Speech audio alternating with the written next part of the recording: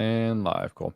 Yeah, I like really want to move away from them. I was talking to Jason Torres, and I bought these little smaller ones that he suggested, and I just haven't actually gotten around to trying to set them up. But they He was talking also, about that. Yeah. I bought two of them. I actually have a bunch of different versions of that. I keep buying shit that I never use, which I just feels like It's I every don't know. gearhead's problem. Eh, Yeah, it is. But I also, if I was like really strict with myself, like you shouldn't be buying stuff to solve problems you don't have yet.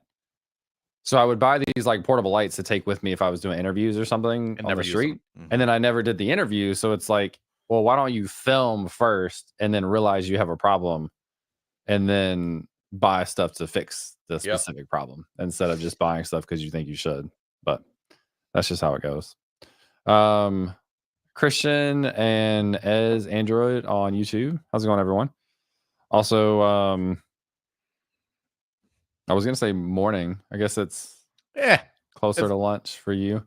Let's go morning. Let's just say Yeah. morning. I don't I don't. know. Christian's in Germany, so Christian is 6 hours ahead or so. And as I don't know where you are, feel free to share if you want to. We are gonna have someone join us, by the way. Um, let Nice.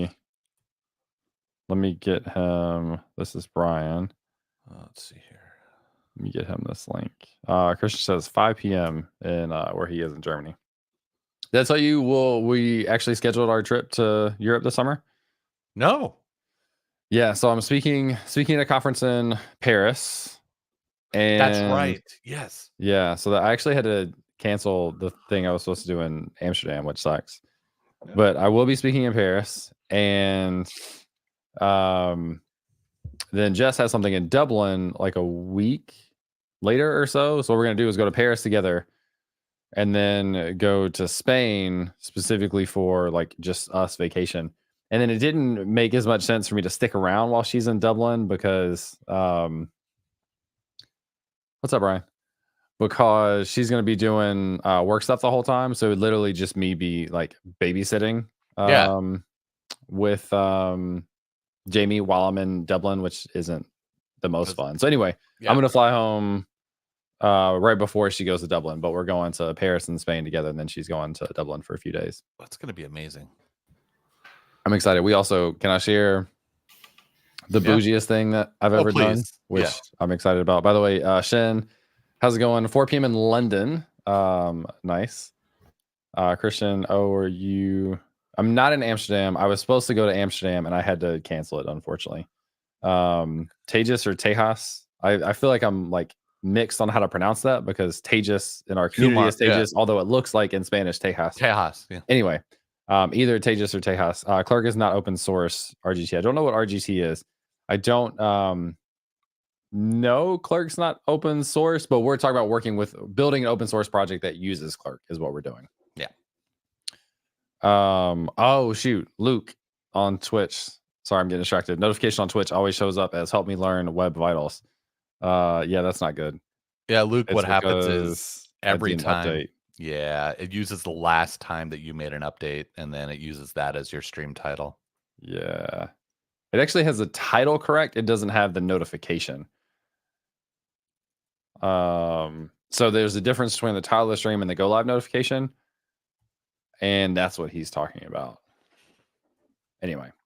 So bougiest thing I've done. So when I started going international, it was with FedEx. At the time, the policy was if you fly more than 5 or 6 hours, you get to fly first class, which on Delta is like the lay down seats. Oh yeah. And so that's how I started international travel, which was like sad after I left FedEx and did international travel because I wasn't going to pay like $8,000 or whatever. But for the first time, found seats that were, I say reasonable, that were 3,600 for first class. And the reason that's much more reasonable is because I'll get like 2,200 to cover my flight. So I'm upgrading to first class like 1,500, which I think is well worth it. Oh, and then Jess found half of her flight first class within her company thing, within budget for company thing. And then we upgraded her first half. So we'll be flying first class to Europe. Dude, I can I can relate to that. I started traveling international for my company in 2011 to Malaysia. 15-hour flight. So I mean, I've flown on long. Singapore business, and they paid for all of it, right? I flew on Emirates business, which was like an $18,000. It was crazy. I've heard, and those are they have like a first class bar and like showers. And, the bar is insane. But yeah. here's the thing. And then in 2014, the company made a change to all these, like, you have to do reasonable work upon landing. And so I remember the first time I had to fly in I call it the cattle car, after flying so many years all over the world, business class. And it was, once you get that little, it's hard. Itch, it's hard. Yeah. Brian, it's nice to meet you. I see you in chat all the time. I know. It's great to meet you, man. Nice to meet you as well, Chris. How you guys doing today? Doing good. Doing great. So I'll be intermittent on muting my mic. I'm watching my 3-year-old, and he's you're like the chatterbox. So yeah, that's all good. playing some Super Smash right now, so nice. I'm all excited. Yeah. Hey, family friendly, dude. It's great. Great question in the chat from, I'll go with Tejas, and then they said anything is fine, but what are we building? So we're working on a project called Deals for Devs. And this has been working on this for a while, although I think for all of us kind of a little off and on with different priorities at times. So what this is meant to be is a platform for people to find deals for and giveaways for developers. So courses, ebooks, conference tickets, things like that. And what we've got so far is basically the subscribe process working. So you can subscribe for the newsletter. Then there's a preferences tab associated with that, which allows you to choose what type of deals you're interested in. And then what we'll be doing is every month, we're going to send a curated list of deals to each individual based on their preferences for what they're interested in getting notifications for. And so on the homepage, this is all we have for now. We are working on shipping features to our development branch, which will be kind of the next version. And I guess I can just run this. Also, I need to make sure that I don't have no EMVs, environment variables. Yeah, which I think I'm good. But I think this is based off the dev branch too. I was working on documentation. For Console Ninja is connected. What is that? What? I actually don't know what that is. Is that good? Whoa, that's weird. Are you getting hacked, bro? I don't know. Maybe I shouldn't have clicked on this. I'm going to click on it anyway. Where is it? I don't know, actually. Console Ninja integrate. So this is a paid tool from Quokka, which I have. I didn't know it connected to a platform. Inspect, adjust your code. Okay, if anybody knows what specifically that'll do in this case, let me know. But that is weird. Oh, that was probably me it thinking I typed a bunch of stuff somehow. So hopefully that wasn't me getting hacked. We'll see. Okay, so this should be running. So what we have. Oh, excuse me. It'll take a while to build the assets the first time. So we have very similar thing here, but we'll actually have a list of deals. We have a landing page for all the deals, which also has filter buttons on here. This is all just dummy data. So here's one here. And then we have what Chris just worked on, which is a multi-step form, which is pretty cool. So it has all these different. Oh, I think I saved this. Oh, it's still in your local storage, dude. Does it wipe out? Oh, maybe it doesn't. Does it wipe out after it saves? It should. I wonder if I never submitted this. Which is good. Thinking. If I didn't, I probably didn't actually. Well, it's a good check. So multi-page form that also is tracked inside of local storage. One thing that we should think about right now, I've got everything configured to 1080p to display, but what if they upload an image that's not 1080p? Maybe we just do an image fit cover or something. Yeah, that's what I was thinking too. And it may look a little stretched for now. And then maybe a feature later on we can add is image adjustment or I was thinking about having it bring it up in a separate screen, and then we can do there's some plugins where you can do cropping. So you could choose. Oh, interesting. That'd be fancy. Yeah. That's fancy. It is. Yeah. But those are that's the thing that's really interesting with if you think about doing a to-do app, like you can build infinite features with a to-do app. And I think that's where people go through tutorials and they build just the thing that's in the tutorial. And the real exercise is like, go build some other shit on top of it. Yeah. Or really like further your understanding of what you've already done, but then also learn some more later on. Well, this is my first time working when I did this form, go to the product info. It was my first time working with, it was my first time working with React Drop and trying to figure out how to handle, the image uploading. Number one with Xata was interesting, but then number two, it was, okay, so now that it's loaded, we need to show that it's loaded, provide a way to delete it if they don't like it, and so working with that, choosing what to show was really fun. That little X, I'm proud of that little X. Yeah. It's a big exercise. So it like displays the image. Also if we exit out, so you have like the placeholder image or like the kind of, not a placeholder image, just shows you like drag here kind of thing. So you can drag, you can also click, and then I don't know if I have there's my personal receipts for things in the background. Let's do this one just because this is something that is coming up. Is this the most updated one? I think it's this one. Yeah. This is a stream I'll be doing next week. But it has, and this is just a fake loader. I think this is code that I wrote a while ago for that. I think where it just kind of loads the 30%. To make it seem like it's doing something, or did you do that? Basically, no. I basically did that throughout. You did, okay. That is a Shad CN component. Oh, interesting.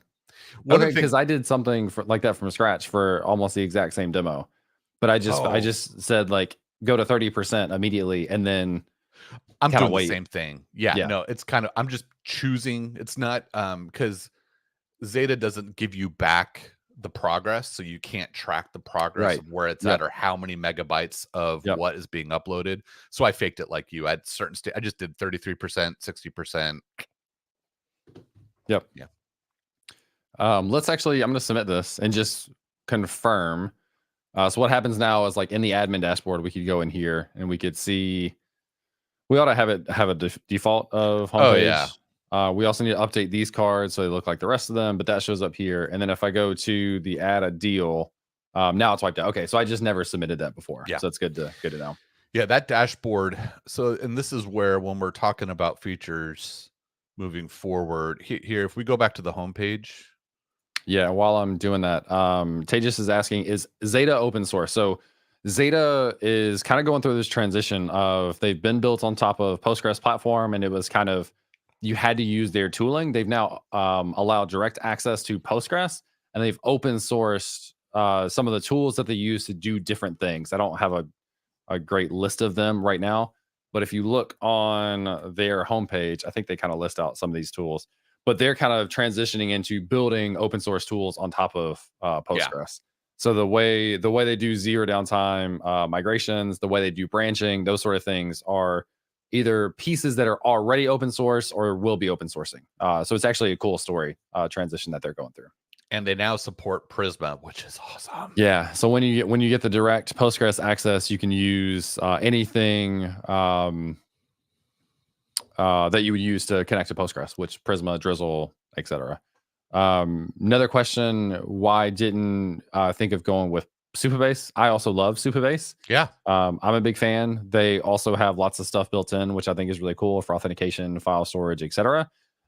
This is just another way to do it. And transparently, like Xata is a company I've been partnering with for the past year and a half. So just all the things that I've been building have been with Xata for the past I say year and a half, year to year and a half. So it's just something I've been working with the team, really enjoy the team, really enjoy the product, and now get to tie that into this. So that's the wonderful thing about software development. There's so many stacks and tools and packages that you can use. Everyone is different. Everyone has different pros. Everyone has different cons. I personally loved the Xata interface. So their dashboard is great. It's super easy to work with. I've really enjoyed it. I mean, Xata has been I've used a few other platforms before, but Xata has been my favorite database platform to work with thus far. It's been really nice. Love it. We ought to clip that and send it to Xata. But yeah, it's a great question. Also a big fan of Supabase as well. So like you said, lots of fun tools out there. Oh yeah. All right. So one more question for you, Chris, because I think you did it, or I can't remember. What are we using for toast? React Hot Toast. React dash Hot Toast. Yeah. All right. I'll grab a link and put it in the chat. There you go. What were you gonna say? I don't know, but this is a great. If you wanting toasts, I mean, this is a great quick way. If you want to learn how to make your own, sure, go for it. Do your thing. This is just a great way to get it in quickly. You can customize the toasts. It makes it super easy. It's really easy to work with. Yep. So Chris, I sent you several bullet points. Yes. Things I'll just kind of list this off for people. Chris has been out of town. I was out of town. I haven't been like connected to a lot of things in several days. And so we just wanted to connect. Brian has been a part of the project as well. Been a ton of fun to have other people. We have a whole Discord channel inside of my Discord for this. So if other people are interested in trying to participate, this is meant to be a community project, basically that Chris started, or at least influenced in the way of becoming a community project. And anyway, so if people are interested in participating, let us know. So things that I kind of listed for us to talk about. And yeah, so what do we need to finish MVP? MVP is basically going to be shipping what we have right now in the development branch, including listing the deals here. And then also, I think we have to go back and update these cards. So these, we actually have designs for this. Figma. And worked with our designer, Benaya, who is amazing. Phenomenal, and so we need to go so good. We need to go and so fast too. Like I've never had so much success. So this is what these should look like. And these are just samples, but look really cool. So we need to go through and update the design on that and then have those ready to be displayed. And another thing we need to do is just get deals in here to actually have ready. Here's what I think from an MVP perspective. Okay. Do I have? Yeah, keep talking. All right. So what is missing is show all deals and display featured deals on the front, right, on our homepage. So say that one more time. Show all deals. So that includes the new cards, the new look and feel of the cards that show the percentage in the upper right hand corner, basically to the Figma file. Then we need the landing page to show featured deals, or maybe even for right now it's going to be whatever deals we have. We'll make them featured, but it still needs to show it to that design. Now I don't think that search is part of the MVP, right? And search will work as is right now. That can be refactored later. So I don't think that is needed. When you say search can work right now, do we just the code that I already had? Correct. Is that what you mean? Okay. I mean, we just need to test it, and we don't have the shortcut. So like we don't have, we do have it is in here. Okay. Yeah. So it's still, and we can change that to a shortcut if needed or whatever later. But the point is it'll pull up the courses that are there, right? Yeah. Okay. It doesn't look pretty right now. So either we hide it or we use it as is for right now for MVP. Yeah, I think we should. So this card component, if we get that new design, we should be able to just use that inside of search. Oh, that's right. It's very similar component. Card design. So I think that should be the same thing. The question is just when we click on that, where do we go? And at some point we talked about having a full landing page for each deal. But for now, later. Yeah, we didn't decide on that yet. Let's just do that links to the deal. Fair. I think that's great. One problem with that maybe that doesn't actually show you what the coupon code is. Like this card doesn't show the coupon code. It does show it in this, I believe. So the old design does have the coupon code. So maybe we just add coupon code to this, like to this layout. Yeah. What if we added below the image just something that just says it's like a little, maybe a colored bar or something below it that is coupon code. Yeah. If it exists. because sometimes it's built into the link. Coupon code. Yeah, but if it's not, right, we need to make sure that they can see it. Yeah. Yep. Okay, so search should work. That functionality is there, and we just need to make sure it has the new design. Right. I think. So I think that's reasonable to have ready. I don't know what I changed in this to that might be something part here. Not sure. That might be something in global somewhere. Yeah. Yeah. So landing page, just list of feature deals, right? This will be, and we might be able to reuse some of the category selectors from the view all. So it's very similar. It's just showing with the flag of featured.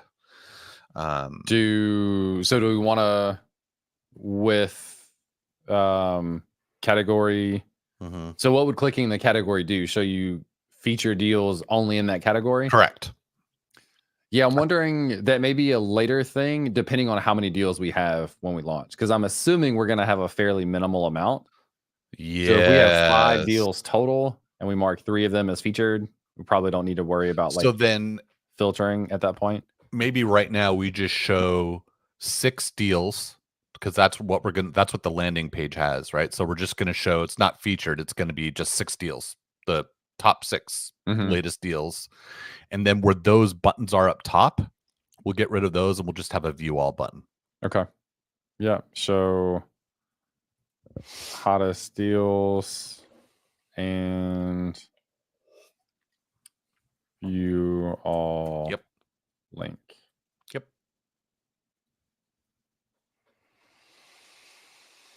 And we can say less than 6 of these because we may not have 6. We'll see. Yep. I think there's enough things if we actually pay attention, we can start to pull. This is a great time or great opportunity too for people to contribute to the project just by submitting deals. I think that would be an awesome thing. Yeah, that'd be great. Tejas mentioned interested in contributing. Would love to have you be involved. This is here's a link for everybody to the GitHub repo. And then if you're interested, after you take a look, find me on Discord and I can add you to, or join the Learn, Build, Teach Discord. I can put a link to that as well. And then you can message me and I can add you to the private channel that we have for that. Yep.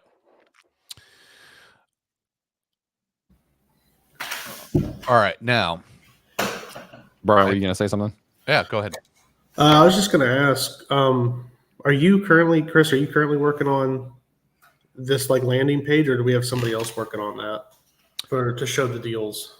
I know we have an issue for it. I think Chrissy might have been working that. I'm not sure. I believe it's been Chrissy working that. Okay. Well, main reason I ask is because I finally have got some time. I'm going to try to work on getting a seed properly set up so we can actually see the database with some just mock deals for now. Oh, that'd be great. That way we can actually have some of these features more easily implemented.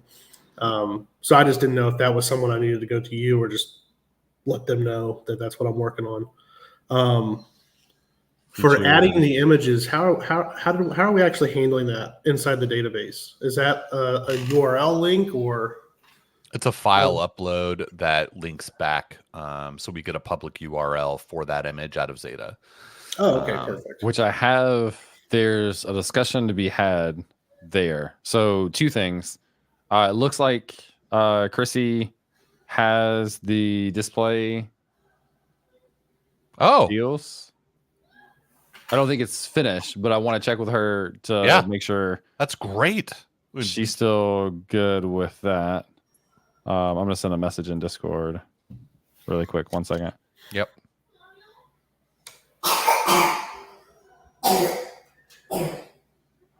Little coffee, buddy. Yep. Allergy season. You would think it's sickness, but it's actually just him being 3.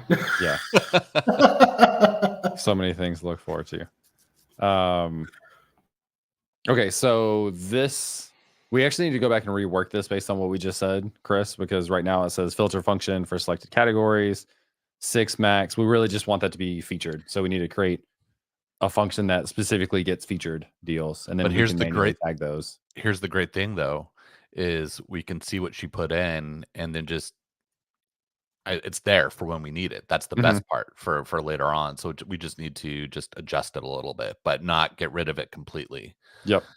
Yes, thank you. You're going right into what I was thinking. Cool. Yeah, we don't have to have this to start. Like I can go in and manually edit stuff in the database, but we definitely want to have it where we have just an edit page for an individual deal, so we can go and make changes if we need to, and mark them as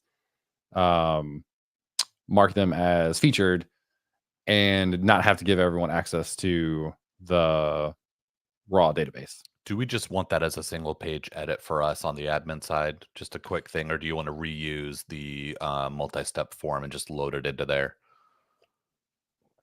I would think that probably makes sense as because it exists, right?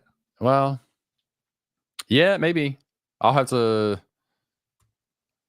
My original thought was no, just have it be like straight inline stuff, but we would need to be able to do all the things. Reuse existing multi-step form. I mean, it's there. It exists. Yeah. I don't know if there's any additional logic that makes that challenging to implement. I'm not sure. We would have to, like, you have a default thing of looking in local storage.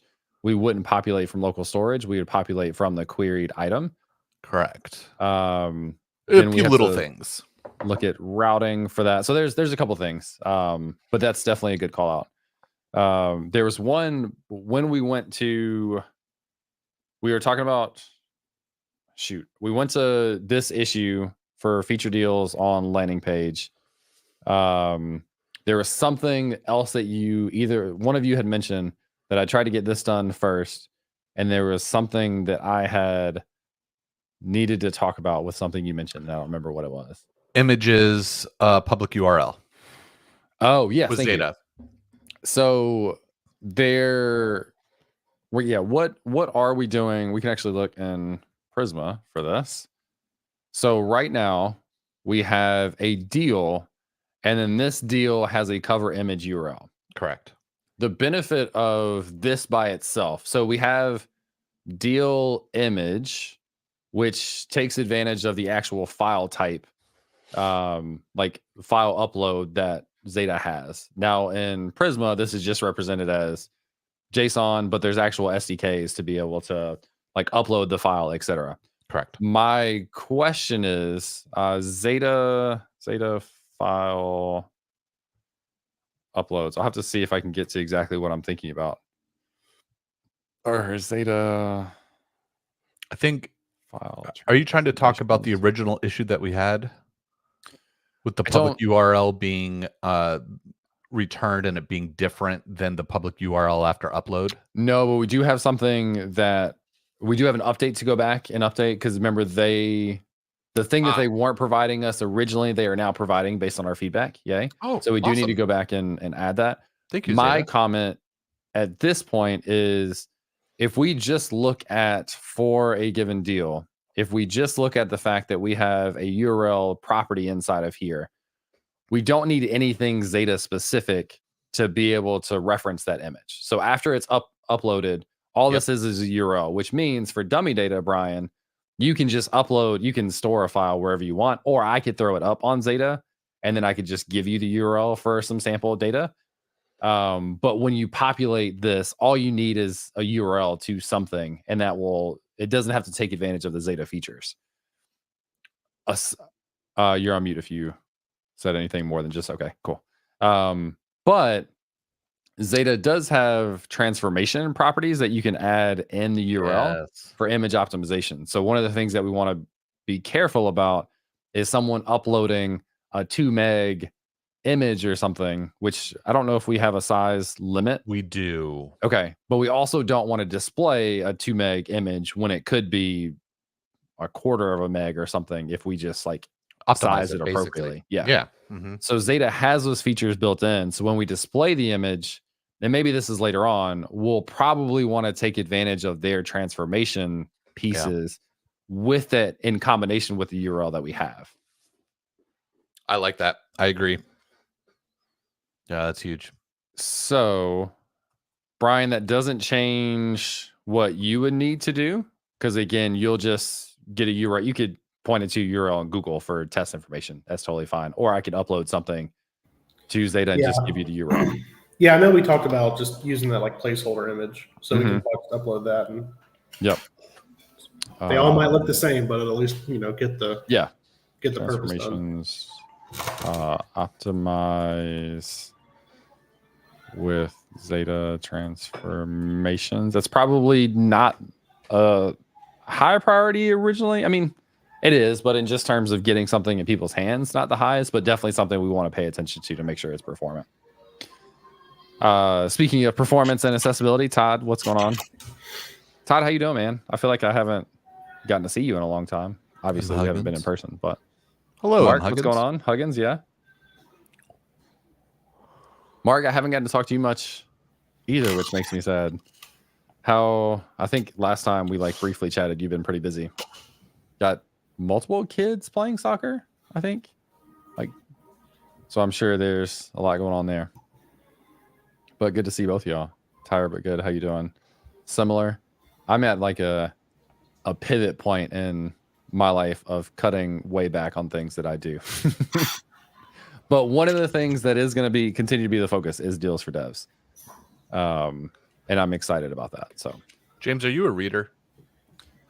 I am an avid reader. I read almost every night. I read mostly a particular type of genre. The majority of stuff I read is in the Dan Brown, like Da Vinci Code type genre. Ooh. Like religious, historical, thriller, fiction, whatever that is. Yeah. Also like kind of the stereotypical Harry Potter, Divergent. Oh, yeah. Oh, we like the same things. That whole, So I read a ton of that. The one thing I've never really read is like self-improvement books.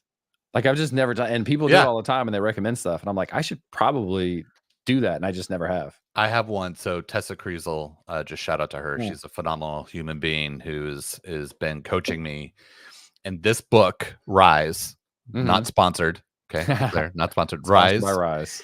It is changing the way that I view things. And the whole point of the book is 80% is okay. And it's really choosing key priorities. Highly recommend. It's changing the way that I view everything and the priorities that I'm making. What practical I'm choosing to work on. Yep. Okay.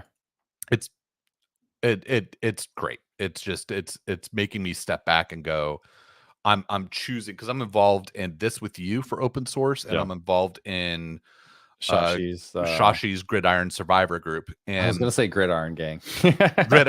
Gridiron Gang, hashtag, that's great.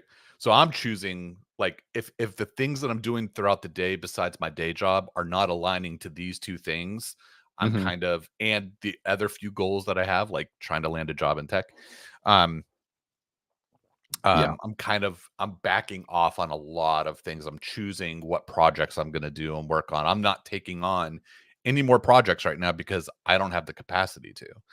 And I'm only choosing deals for devs and the stuff with Shashi, but anyway, just, I know I've been seeing some of your stuff and you got a lot of stuff and you're stepping back. So if you have time, great. If not, no big deal, but it really is. I need to start to take that sort of stuff seriously. Not that I'm in like dire need of like getting better in my career, but I think it's a balance of, it's just a balance for me, I think, of like paying attention to investing a little bit more into my career and like building myself. I feel like I've been a little bit stagnant for the last couple of years of not like really growing in certain ways. And I think so many of those types of resources people have recommended that's an opportunity for me to try to take a little bit more seriously. Oh yeah. And shameless plug, I am doing a talk at that conference, Wisconsin, on a framework to a better you in the world of productivity. So I'm excited for that. That's awesome. I'm really excited. Okay. I'm going to be doing something at that conference. I don't know what it's going to be. We'll see. Yeah. Good. Todd said I can always fall back on squirrel wrangling. Have you heard this story? No. There's I wonder, do I have Todd, do you have a good way to like share a picture of this? Let me, would it be ridiculous if I like show it on my phone? So we were in London for a conference that must not be named. And This was November of 22, and we were in, I think it's St. James Park. I'm not sure if that's right. Somebody in here said they were from London, so maybe they could confirm or not. What's interesting about September, need to go to November. What's interesting about the squirrels there is that they are very friendly and very eager to come and hang out with you. So much so that they will come all the way up to you and take snacks, which you probably shouldn't do. I can't remember. Anyway. And I actually lured one up to like on me. So this probably won't focus that well. Oh, that's switch. Hold on. Let's see if that'll focus. Oh my gosh. See the squirrel like on my chest, like up my body? Oh my gosh. Yeah. So that's the squirrel wrangling. And it was actually like very fun. It was anyway, yeah. Todd, that's my way of sharing that picture.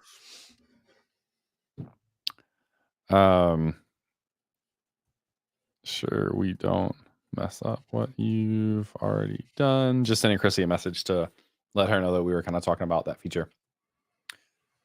Okay, so certainly I typed this wrong, right? New design for cards. What am I typing here? Deal card. Deek.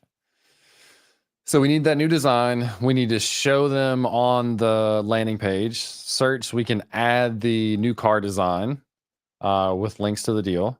Admin dashboard is kind of behind the scenes. We don't have to have that to start, but something we should at least document. Displaying images, we can optimize images with Xata transforms. Pranav on YouTube is asking, what is the purpose of these open source projects or will be? It's twofold. I think this is a valuable project for the community. So like aggregating deals and being able to share that with people, I think is super cool. It actually had a little bit of success with relatively little effort put into it for Black Friday last year. So this coming Black Friday, I really want this to make a big jump. And then also from a community perspective, this has become an open source community initiative where we have Chris involved, Brian involved, several others. And so it's an opportunity for other people to get a little bit more hands-on experience with something real world-ish. Like this is not the next Facebook or anything, but it is a real world challenge.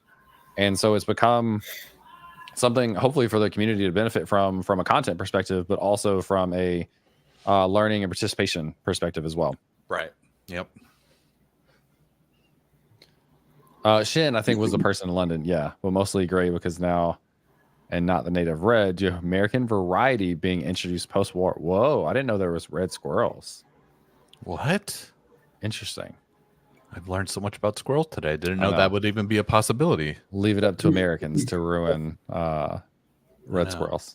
A few years back, in front of one of my very first apartments, one day we were taking out the trash. My wife and I saw a albino squirrel. Oh, what? Apparently is an extremely rare thing to see. That's cool. I have a picture on it. I have to find it. I can maybe send it to the Discord, but took me a second. Don't they have red eyes? They do, and it was creepy. It was one of those moments where you have to take a step back and go, "Is there something going on here? Do I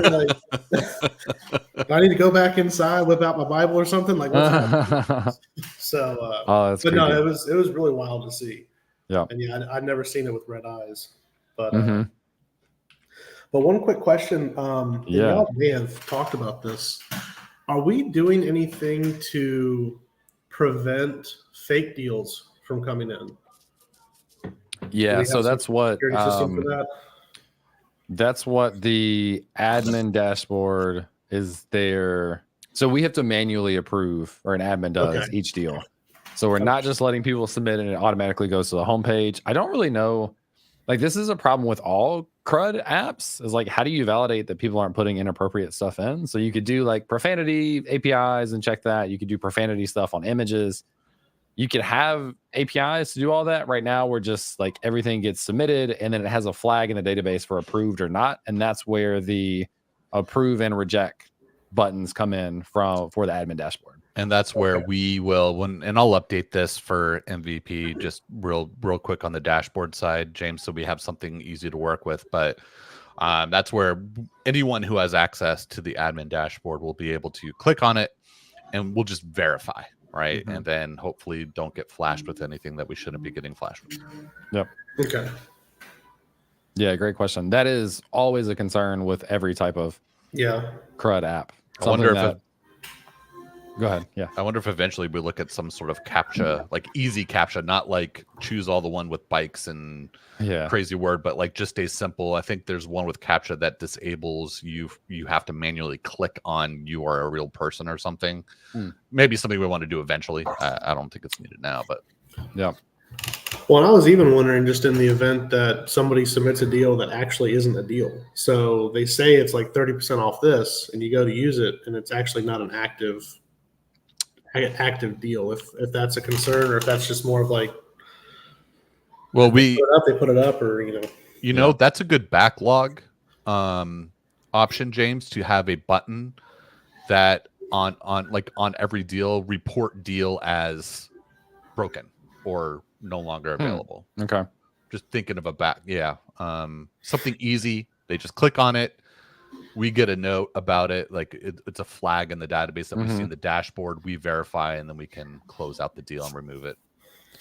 And so one of the things we should be checking when people submit the deal, like when we approve it, ideally what we would do is actually go and run through and show that coupon works. So we should be doing that up front. But if for some reason that changes, like somebody creates a coupon code and then they delete the coupon code later on, then someone could report to say like, hey, this is no longer active or whatever. Yeah, that's a really good point, Brian. Well, we have in the schema, or at least the last time I checked, was an expired timer on it, right? So they have that as well. Yeah, go ahead. No, go ahead. No, I was just saying, Yeah, so we have a start and end date. So we shouldn't be displaying deals that are past their end date. We should only show stuff that's in that date range. Okay. There's also still, to all these points, there's I could create a coupon code that's supposed to last for a month, and then I could go on my platform and just delete it tomorrow. Yeah. So that could still be a way that, like, even though we approved it appropriately at first, things could change, and we would still want to know about it. So. Yeah. I don't know if like a disclaimer for each deal would be necessary. Then just to say, just understand like these deals may not be active, depending on when you see them. I don't know if that'd be something to have. I mean, obviously not for like the MVP. Yeah. Because but I was thinking like I know we had briefly talked about like if you click a deal, it kind of shows up its own page or whatever you end up doing. Even just like a little disclaimer at the bottom and just say, be aware this may or may not still be active at the time you're seeing this. Yeah, maybe I think probably having a dedicated page for that would be good, because I wouldn't want to take up real estate for each individual deal. To say that, I think just a disclaimer page that says like we do our best to curate deals, we do our best to make sure that they are within their time range and they're valid. We can't guarantee that some people might change details behind the scenes. If you find an issue, here's the button that we talked about where you can report that. Okay. Mark had another good example of if you do a coupon code with X number of redemptions, that's not a time frame, and then it gets used, and then it's still within a time frame, but it's been used. That's something that we that would actually be something to add to the form. Form input for number of redemptions, and I think all we could do display that it is redemption based so that people know there's only, because we don't have any way of knowing after we send them somewhere else how many times that thing has actually been used. Because even if we counted how many times somebody went to look at that product with that specific redemption code, we can't guarantee that they actually bought it. So we have no way of knowing that this thing has actually been used X number of times until it has been, and someone then goes, and then they could flag that as like being redeemed. So I think we having some sort of icon or something per deal that shows you, hey, this is redemption based. This is it's while supplies last, but specifically for that deal. So that would be something to include in the disclaimer, I think. And then also a small detail that would make sense on an individual deal to show this one in particular may run out. We don't know. Yeah. Hey, Zam had a really good point. I think this is something for way down the line. But if we have specific vendors, and we have a lot of friends, you have a lot of friends who create their own courses and stuff like that.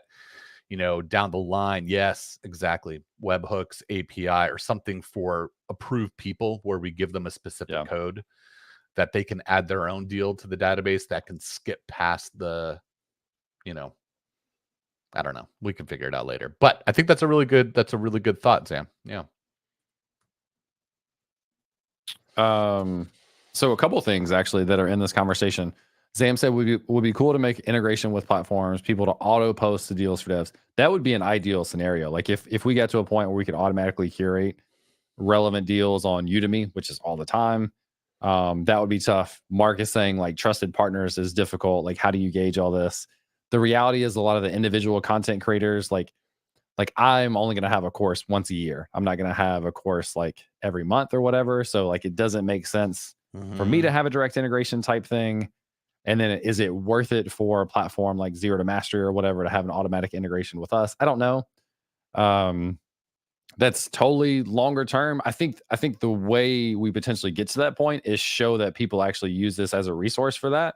And then it's worth the time for these other companies to invest in our platform, because that's going to lead to a handful of conversions or however many in a given monthly basis or whatever. Yeah. But tons of potential with all that. Oh yeah. Yeah. Cool. And that's a whole, like the webhooks for conversions. That's a big feature. That's where there might be a platform out there that already does that. That might be just worth tying into that, I don't know. But that's like everybody's platforms are going to be different. And I use Podia. I also have the course landing page on its own site, but it sends them from there to Podia to buy. So I have no way in my code of actually knowing when a sale happens. Podia does have you can do Zapier integrations and stuff like that. So you could have a Zapier integration that then calls a webhook, etc. For me, I don't know if that would be worth my time doing on my course site to be integrated into deals for devs. I don't know. So Todd says a large part of developer community is disabled. Are you addressing community or accessibility concerns? For the stuff that we know to think about, I believe the answer is yes. I think part of the challenge with not being as well versed is knowing what those potential issues are. And so that would be where having different people contributing and having a voice is huge. And having call outs from people like Todd, if you come across something that doesn't make sense for us to address, that would be huge as well. So it's something, yes, that I think about. Do we know all the things to think about? Definitely not. So yeah, having people to help with that would be huge. We definitely need some accessibility experts. I mean, I'm still learning more and more about accessibility. There's so much to it in a good way, not in a, but yep. All right. Cool. On the MVP feature. So the big thing next is actually sending monthly deals. Yeah, that would be the next. Yes. And that's going to take a good amount of work. So that's something that I can jump on right after we get MVP out. If we have the landing page done. So here's what I think is I could start working the admin dashboard for MVP. And then while the other pieces are being worked, because I think we're close on the deal cards if Chrissy has all that, since Chrissy has all that stuff initially done, I can work on the admin dashboard for that. And then I will move to the cron job, because that's going to take a bit of work and testing. Yeah, and I think we're really going to hit some limitations in runtime for that, and the limitation of how many emails to send and resend. So I'm not sure how that works. One thing we could do as an MVP with that is just not factor in people's preferences. I know that's ideally where we want to be, but just to get the newsletter going, just treat it as a whole newsletter group. Sign up. Yeah. And then just send out the newsletter to everyone. And then because that way it's more as a newsletter than a transactional thing. Yes. So I don't know. Nate Codes, what's going on? Nate. Also, two people on separate platforms that didn't see each other. So Ken on YouTube and then Nate on Twitch mentioned Graham the dev for Ally accessibility stuff. Having someone come on specifically to do an audit would be huge. That would be awesome. One good audit will usually catch 90% of major accessibility concerns. Absolutely. Yeah, that's awesome. That's also what a cool thing to be known for well, where two separate people on an individual thing are top of mind for a given topic. That's cool. I love it. Yeah, I think for MVP, let's add to MVP, James. Just monthly newsletter for now. Do we want to do that as MVP? I feel like that's almost MVP. Like showing the deal still provides value, and then having kind of next MVP 2. I don't know. Yeah, does that seem reasonable to like differentiate? Like we have, you can see stuff, so there's value there, and then we can focus on actually sending stuff.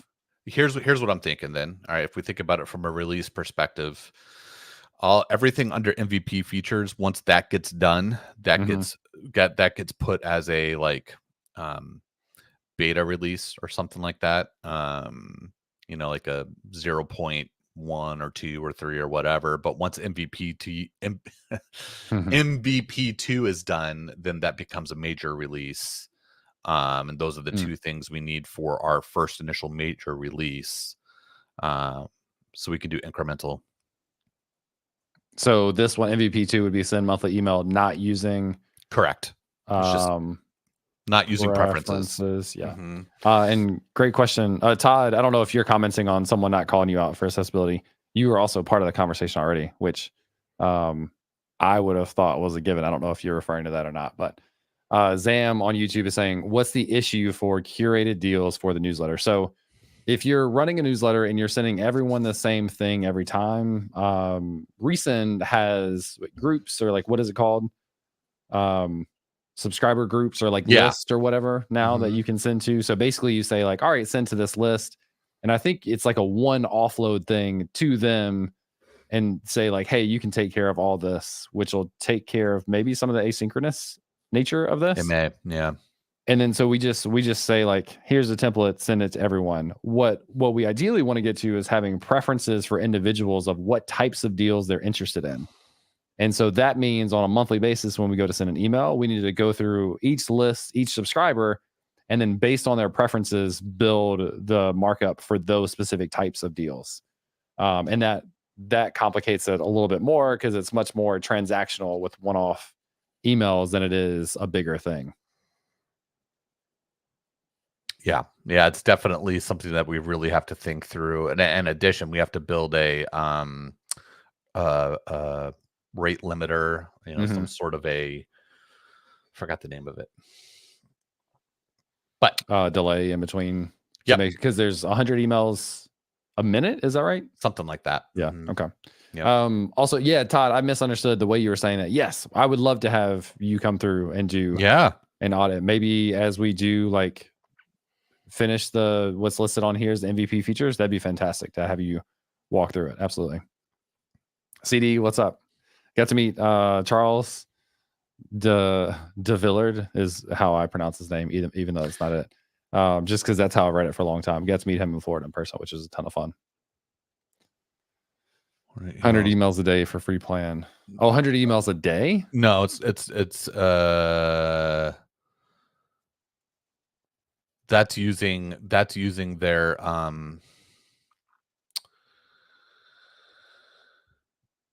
I don't think that's accurate.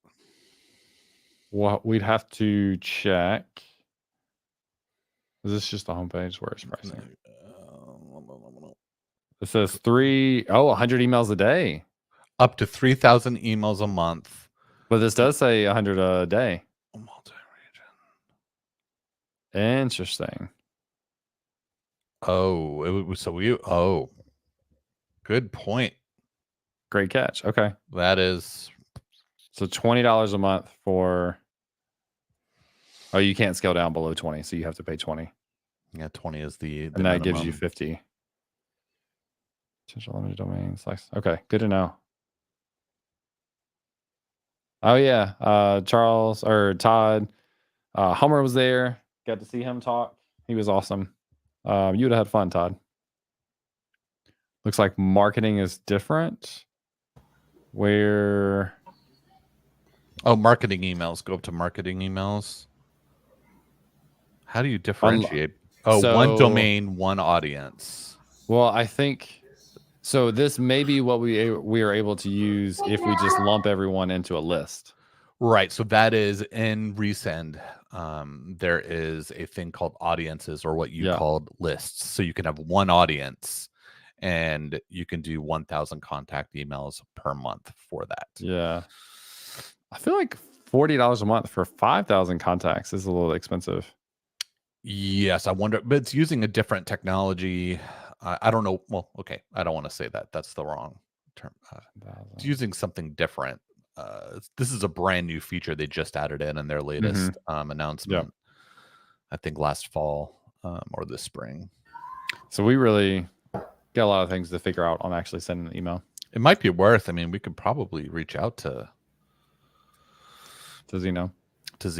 And just have a conversation, not a negative conversation, just a hey, what do you recommend? And maybe we can get them. Maybe we can get them to sponsor, James. Yeah, could be. A lot of devs are going to be seeing this, and so I don't know. Might be worth a conversation. Todd, I would love to come to Phoenix at some point for a conference. And Charles, are you looking for just accessibility or UX UI as well? All the things. We'd love to have everyone participate and provide feedback. So yeah, everyone's welcome. It's been fun to see the excitement in the community. Yeah. Brian, you came off mute for a second. I was just going to quickly say that one thing I noticed just with that marketing thing that I don't know if we need to be aware of, but it didn't say multi-region was given in that plan if you're doing the free tier. So I don't know if you're worried about having different countries and all that you're sending these emails out to. I think multi-region probably doesn't refer to where your audience is. I think it more refers to where, like, which data centers you're using is typically what that refers to. We'd have to confirm that, but I don't think it's based on your audience. And I don't know it may come down to like multi-region, like, can you send emails to people from different data centers, which potentially is faster for different people, or for data that gets stored, is it stored multi-region as a backup or something like that? I don't think it is where are the people located that you send the emails to, but I don't know for sure. Yeah, we'll just have to look into it. Yeah. Zam said cheaper to build an email server, but the pain is not worth it. Well, that's kind of what we're doing. I mean, you still have to have something to actually send the email. I guess we would be taking advantage of like resend stuff on top of that as well. But I think all right. So go ahead. One quick MVP ad is going to be just what we just talked about. I just want to make sure we don't forget. It's going to be update the subscription flow rather than routing them to preferences. It's going to show that screen. And then we'll have a callback feature that routes them to another screen that says, you've been signed up, look for deals monthly or something like that, So are you saying like hide preferences for now? Right now, when they click on when they click the verify button in their email, it takes them to preferences. What we can do is route them to another page. And so that's handled inside. So we just need to create that page that says, hey, you've successfully verified or something like that. Here's your info. And then look for, some sort of, Okay. I'm glad you said that, because I was just thinking the preferences is still actively showing, like you can select your preferences. So have a couple confused people if you unselect one and then they receive everything. Like, what's going on here? And what we'll do is by default, they'll be subscribed to everything for now, and then that can always update later. We can send out an email that says, click on this link to update your preferences once we have that up and working, right? So another person we may want to talk to, James, I just remember from our the podcast recording of Compressed FM is Becca and OpenSauce use Resend a ton.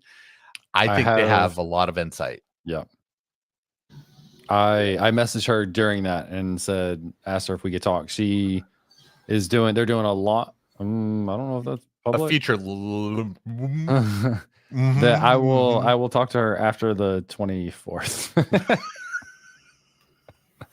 And try to get some insights sometime after that. So in a couple weeks. Hey, I have a hard stop here in about 4 minutes. Cool. Jess just messaged me and asked if I could go help her get lunch and help with Jamie. So things that I wanted to talk about was, what do we need to finish MVP? I think we've got that. I think we need to translate that to make sure stuff in GitHub are updated, like issues and stuff according to that. My personal question for Chris was like time and capacity to update backlog to work on the project. I don't think we need to specifically do that now. We could do that offline. Another question for Chris and then Brian, again, not to talk about in the last 3 minutes, is like, what do you want to get out of this? Are you getting what you want out of it? Is there more that we can help you get out of it? Better ways to onboard people. And I think that's a big one for me. That like I'm working on, we need to get people off of me sharing environment variables. So we need to go through and update documentation for people to create their own tools and accounts and API keys and stuff. Starting to do that with Xata, and got a lot of feedback from Brian and Ryan. Great. What a tag team. And so I'll submit, I'll merge that README update that we kind of talked about. And so we'll have documentation in the dev branch. Or actually, I'll probably merge that to main as well. Yeah. So that documentation is there. Probably do that as Xata onboarding docs to dev and main. I know I've mentioned it before, James, but the other open source project that I work on, I will look through their documentation, because we have a similar situation where we have a lot of stuff that requires environment variables, and they may have some good documentation too that might help just kind of streamline what you're looking for. CD Villard says, where's all this documented? Happy to try and help get DevX improved.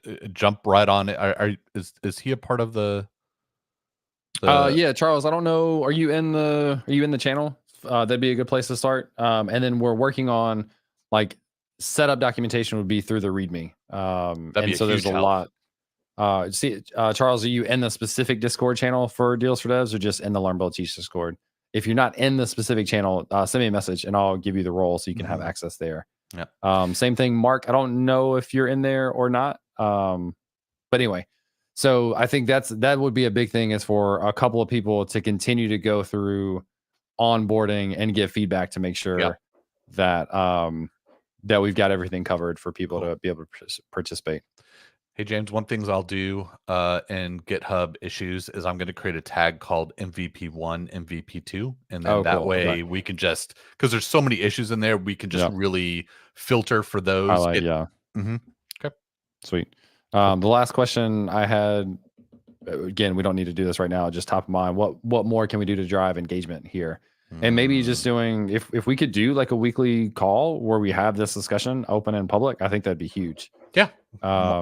And then anybody, Brian or anyone else that's interested in joining, just to have the conversation, that would be fun. And then we're already getting comments from the community of people willing to help or making suggestions or blah, blah, blah, which is all super cool. So I think that would be fun to just do this even more publicly and have more people be a part of the conversation. So agreed. Sweet. Cool, man. Charles in the general server, I'll get you added. Mark, I'll get you added. Todd, ping me as well. And especially for people that are joining, and even people that have already been a part of it, we're continuing to evolve the onboarding process and want to make this something that is attainable for people of different levels. And we would love feedback on how to do that. I am new to actually maintaining something. I've never done this before. Chris has never really done this before. So we're all kind of figuring out and just trying to make this as good an experience for people as possible. So all feedback would be awesome. Cool. Sweet. That said, I am going to call it. I'm going to raid people on Twitch to the I don't know if you have to, is it capital sensitive? The Coppinger. Oh, yeah, he's streaming right now. He's pretty cool. He seems great. Like he built some amazing stuff and is kind of always building, which is neat. So I'm going to send everybody over there. Thanks for listening in, for contributing, for giving feedback, all those sort of things. Really appreciate it. Thank you, James. Nice to meet you, Brian. Nice to meet you, Chris. Thanks for having me, guys. Later. I'm going to call it. See y'all. Bye.